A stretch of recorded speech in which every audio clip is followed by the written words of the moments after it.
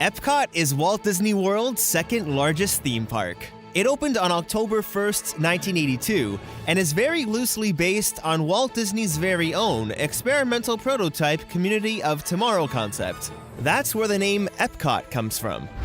The park's split into two sections, Future World and World Showcase, but today we're going to focus on World Showcase. Situated around the 40-acre lagoon, World Showcase is essentially a giant World's Fair and is pretty much a park on its own. It's probably one of the most fascinating and detailed sections of a Disney theme park. World Showcase was originally built with 9 countries and was designed to have space for 10 more.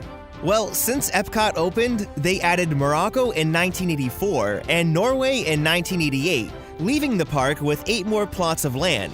With the expansion of the Norway Pavilion in 2016 and the future expansion of the France Pavilion for the Ratatouille attraction, both use adjacent plots of land, now leaving room for 6 additional countries. It's actually highly rumored that Brazil is going to be the next country added. Now, there's a lot of hidden elements in World Showcase. Probably a lot of things you've looked at and have completely missed. So today, covering the 1.2-mile perimeter around World Showcase Lagoon, and in chronological walking order starting in Canada and ending in Mexico, we're going to take you on a scavenger hunt tour and count down the top 10 hidden secrets and facts around Epcot's World Showcase. Number 10. Oh, it's Hidden Canada. Starting the list off in Canada, did you know that Imagineers place Canada and Mexico at the ends of World Showcase since they're the countries that border the United States? Well, it's pretty common to walk into the Canada Pavilion up these stairs, head through this section to the platform up by the waterfall, then make your way back down these stairs to get to the O Canada attraction. Well, there's another scenic route you can take that not many people know about.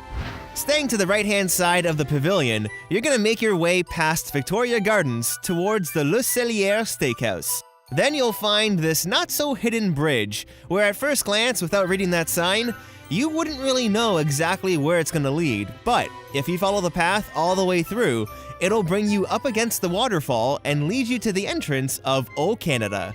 Also at the front of the pavilion, you'll notice these huge rocks. They don't look too special, right? Just some ordinary rocks. But they're actually hidden light posts. At night, the tops of the rocks open to reveal lighting posts used for illuminations reflections of Earth. Number 9. Pooh's Corner. The United Kingdom Pavilion is home to sort of an abandoned attraction. If you make your way into the toy soldier shop and walk all the way to the back of the building, you'll find a door that says cast members only with an exit sign.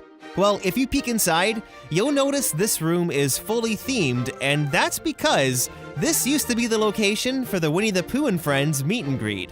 The room's actually Christopher Robin's bedroom, and when you look inside, you'll notice the plush toys sitting on the bed, which further backs up that Disney still considers this Christopher Robin's room.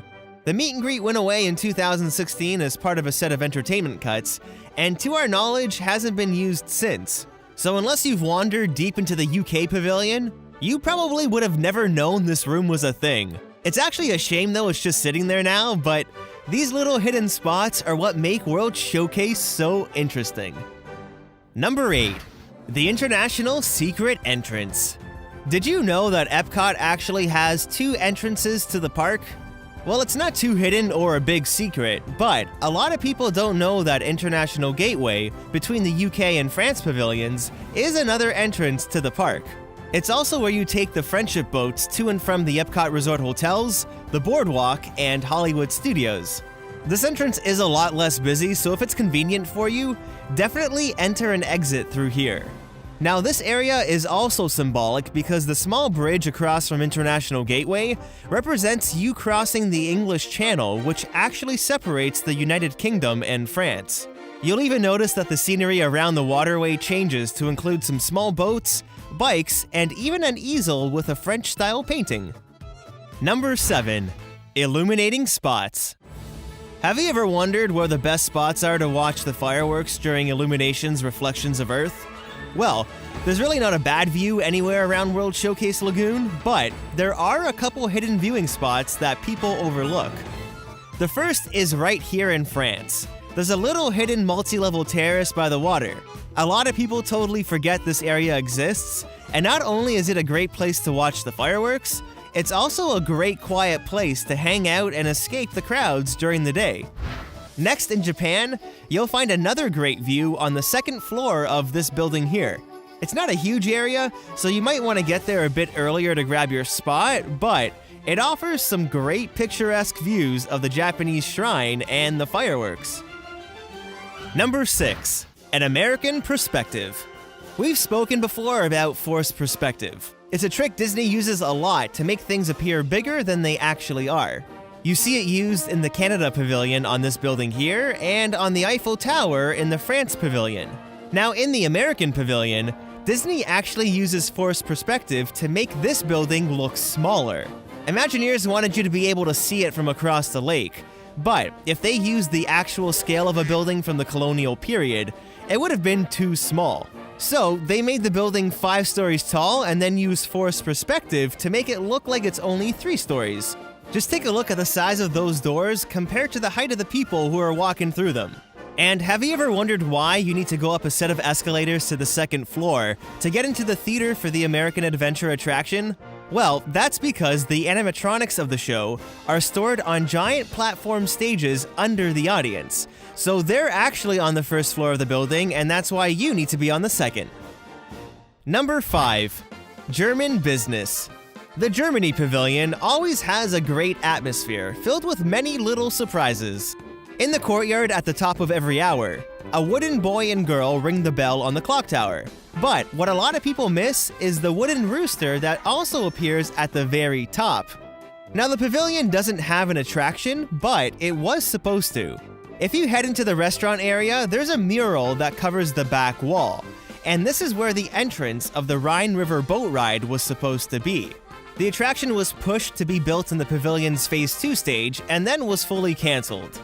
If you knock on the wall, you hear it's hollow, and up close, it actually looks very temporary. Part of the show building was already built that would have housed the load and unload areas, so Disney covered the opening to this building and never spoke about the attraction again. Also, as you head back out into the courtyard, take a look up to the left and you'll see those 3 knights. Here, you'll find a very, very hidden Mickey in the middle of this knight's crown. Next time, try and ask one of your friends to find it and see if they can. Number 4. The Lift Bridge. As you walk from Germany past the African outpost, you'll cross a bridge to get into China, which just happens to be a secret lift bridge.